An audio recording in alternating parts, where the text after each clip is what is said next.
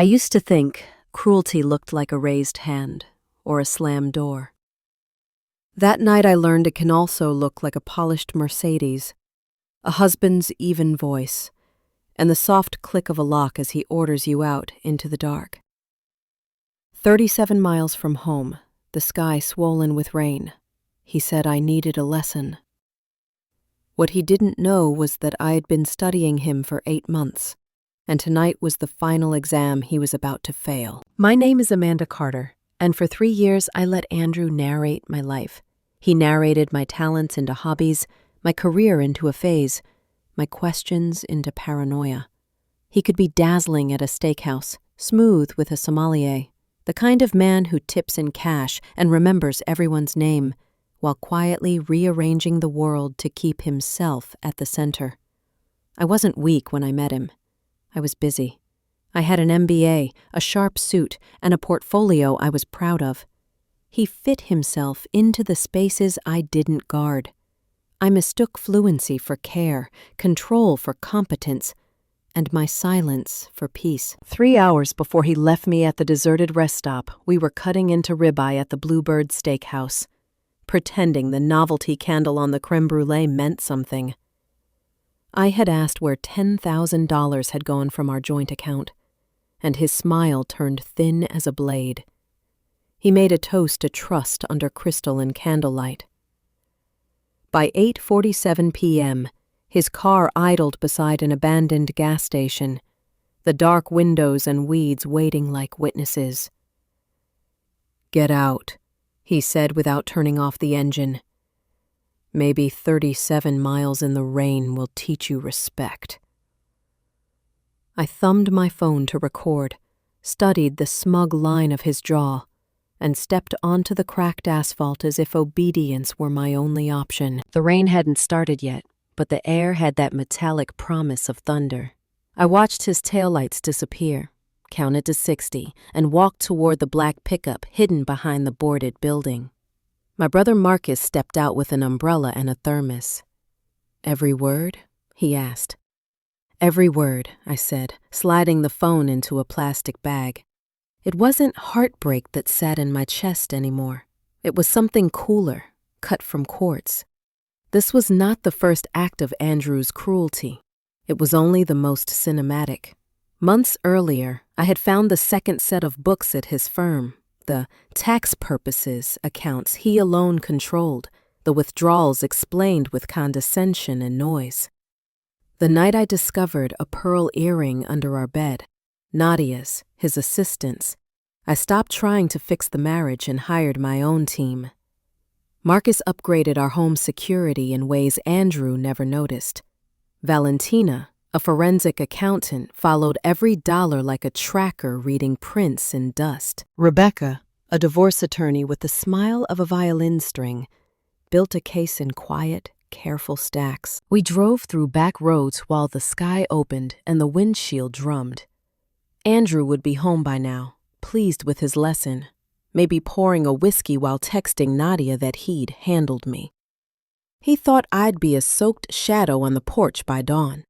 Instead, I checked in at a hotel under my maiden name, Amanda Davis, paid with the emergency card he didn't know existed, and let the clerk wrap me in towels with the trembling kindness that would go into the incident report Rebecca had requested. Room 412 smelled like lemon and new carpet.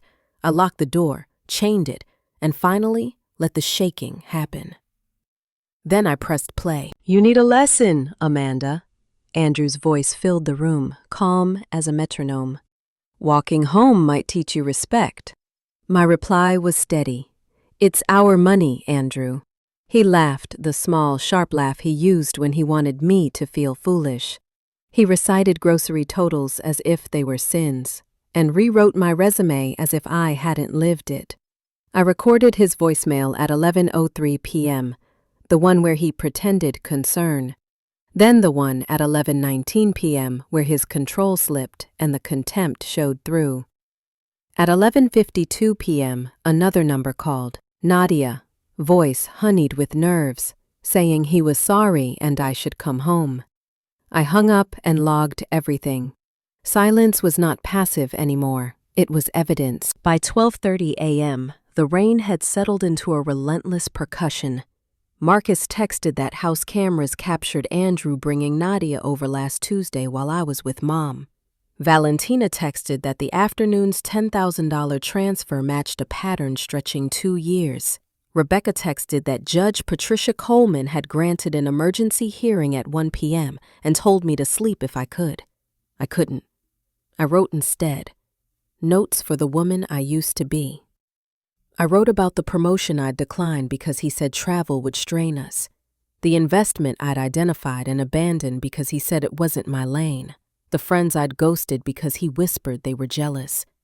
At 2:30 a.m., Mrs. Chen, our neighbor, texted that Andrew was searching under my car with a flashlight. He thought he was the hunter. He did not recognize footprints that weren't his own. By dawn, I had a neat pile. Audio from the rest stop, screenshots of midnight calls, hotel receipts showing a woman composed enough to order soup and a glass of wine, camera footage queued on Marcus's laptop, spreadsheets from Valentina with colored tabs that turned terror into columns and cells. At 7:12 a.m., I watched our joint balance drop by another $20,000 and felt nothing but clarity. By noon, our suite was a command center, Valentina turning numbers into maps of intent, Marcus arranging clips into timelines, Rebecca rehearsing how evidence becomes story in a courtroom where truth must be performed as much as proven. Maybe once I would have begged for an apology and called it closure. Instead, I buttoned a charcoal suit he had never seen, placed the recording in my bag, and locked the door behind me. The woman Andrew left on the side of the highway had not vanished in the rain. She was driving toward a judge with the ledger of the truth. Courtroom 4B smelled faintly of wood polish and nerves. Reporters waited in the corridor like weather fronts, but inside it was only the scrape of chairs and the tight breath of people who knew something consequential was about to be said aloud. Andrew sat at the defense table with a high-priced attorney whose nickname in the financial pages was the Shark. Even from across the aisle, I could see the exhaustion on Andrew's face, the pretense of control slipping at the edges. When Judge Patricia Coleman entered at 12:59 p.m., the room rose as one tide and settled in unison. She reviewed our filings through slim reading glasses and refused Andrew's request for a delay with the cool efficiency of someone who had outlasted 100 storms. Rebecca stood, calm as a surgeon, and pressed play. The rest stop recording filled the courtroom with the drumming hum of my husband's idling engine and his even voice telling me to get out and remember my place. No one coughed.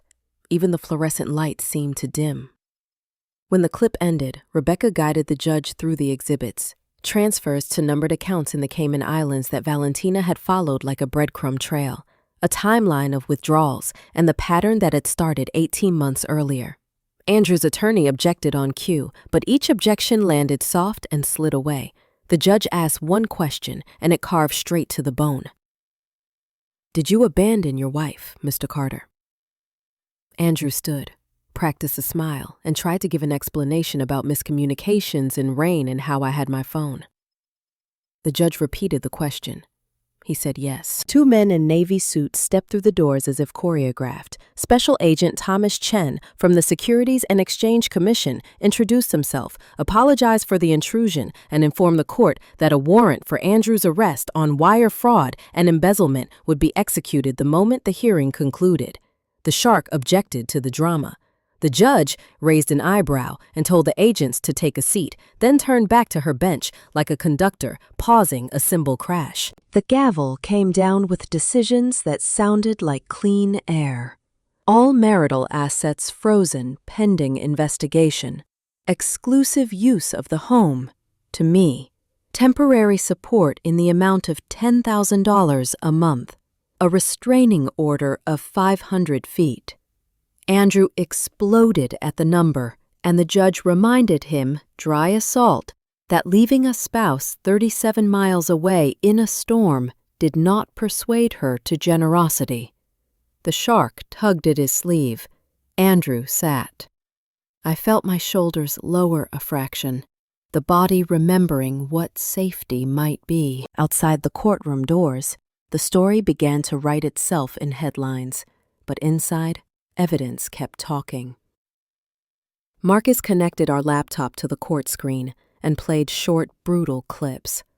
Andrew photographing documents from our safe at 2:11 a.m.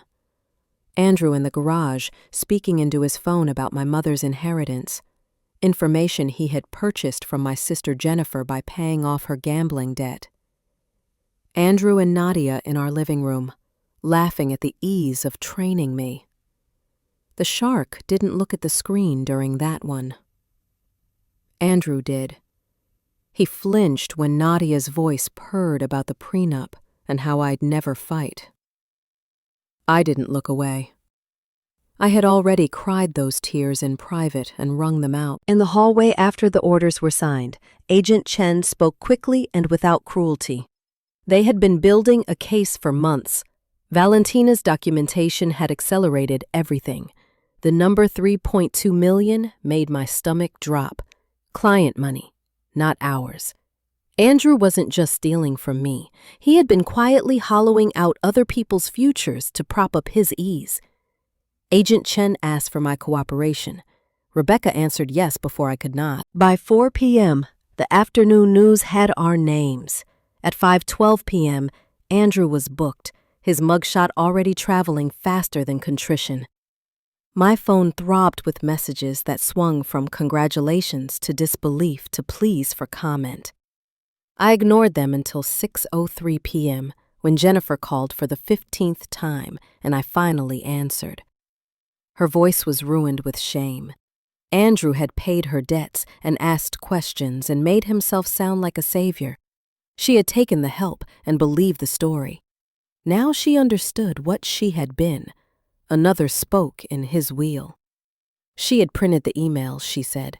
She had a manila envelope. She wanted to bring it to me in person. Rebecca mouthed, later. I told Jennifer we would meet the next day. Then I wrote down the time, the place, and the ache that sits between anger and love when family fails you without meaning to. That night, in the hotel room that had become a war room, we watched Nadia go live on social media with a trembling voice and a careful apology. She posted screenshots of texts and photographs from flights and resorts, paid with money that belonged to elderly clients who trusted Andrew with their retirements. She said he had told her I was unstable, that I was cruel, that I kept him trapped. She said she believed him until the evidence stacked too high to climb. Somewhere, Andrew's attorney was throwing a phone at a wall. Sleep didn't come, but something like resolve did. At 7:08 a.m., the next morning's sunlight fell across the conference table and turned Valentina's spreadsheets to gold leaf. We drank coffee that tasted like ashes and reviewed the plan for the afternoon. SEC interviews, recovery orders, the first civil filings from clients whose names I had learned while pouring wine at Andrew's client dinners. At 10:17 a.m., David Brennan, one of the largest investors, called to say he and several others would be suing Andrew, but that they recognized me as a victim, not a collaborator, and asked me to testify to his patterns with money and with people. I said yes. Saying yes to the truth was easier now that the worst of it lived outside my body, fixed in numbers and recordings and a docket number that would follow Andrew for years. When the day quieted, I took the elevator to the small hotel gym and walked on a treadmill set to a steep climb. 37 miles is a long lesson, I thought, but I didn't need to travel them to understand where I stood. I had already reached the ridgeline and could see the path ahead. Interviews, depositions, trial. Grief would flicker at odd hours. Rage would try to make a home in my ribs, and the internet would have opinions. But I had learned the shape of my voice again. I had learned that planning isn't scheming, it's protection. I had learned that listening to the quiet tremor under your own heartbeat is the quickest way back to yourself. At 9:41 p.m., a final text arrived from an unknown number. It was Margaret, Andrew's mother, accusing me of destroying a good man. I typed and deleted a dozen replies before leaving the screen blank. Some arguments are traps that never end. Silence, in this case, was not evidence. It was peace. 3 months later, the trial began, and by then the story had outgrown us. Reporters filled the courthouse steps every morning, their cameras glinting like rain even on sunny days. The headlines called Andrew a financial predator, and me the abandoned wife who fought back.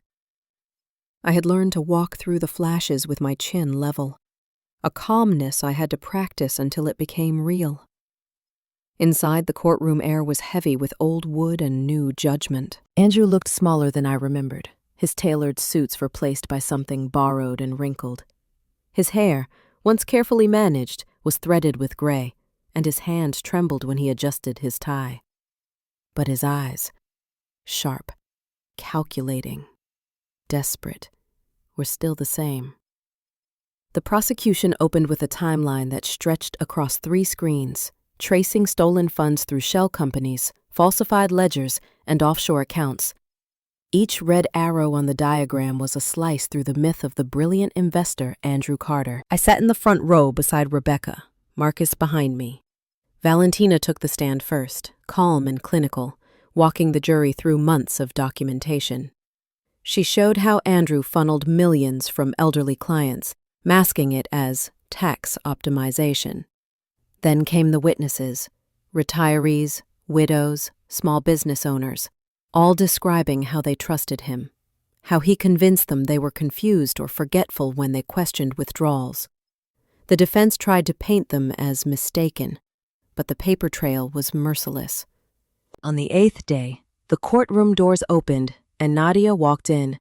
Her once glossy hair was tied back simply, her eyes swollen but steady. She testified for 2 hours, each word a nail in the coffin of Andrew's credibility.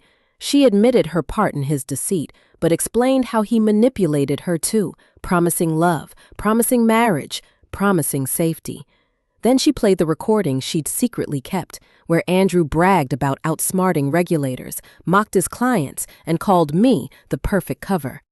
The room seemed to lean closer to hear every syllable. But the most shocking moment came when a young man stepped up, a stranger with Andrew's jawline and restless eyes.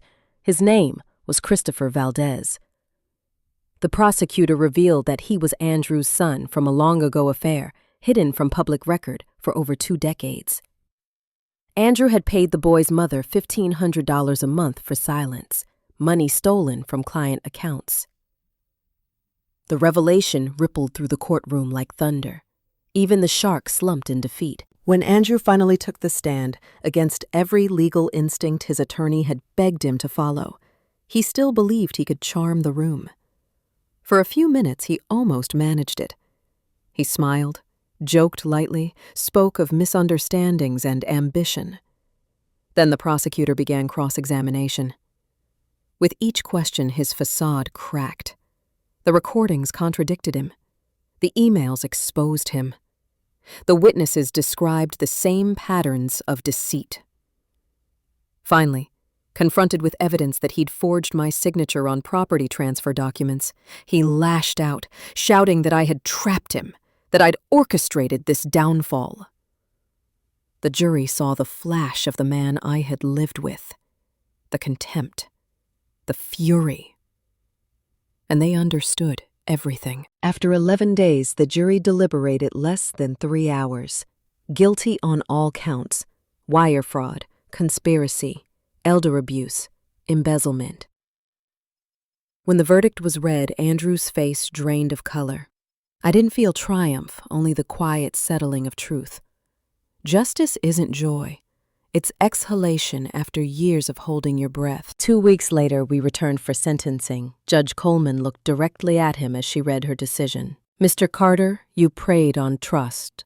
You weaponized love, loyalty, and vulnerability.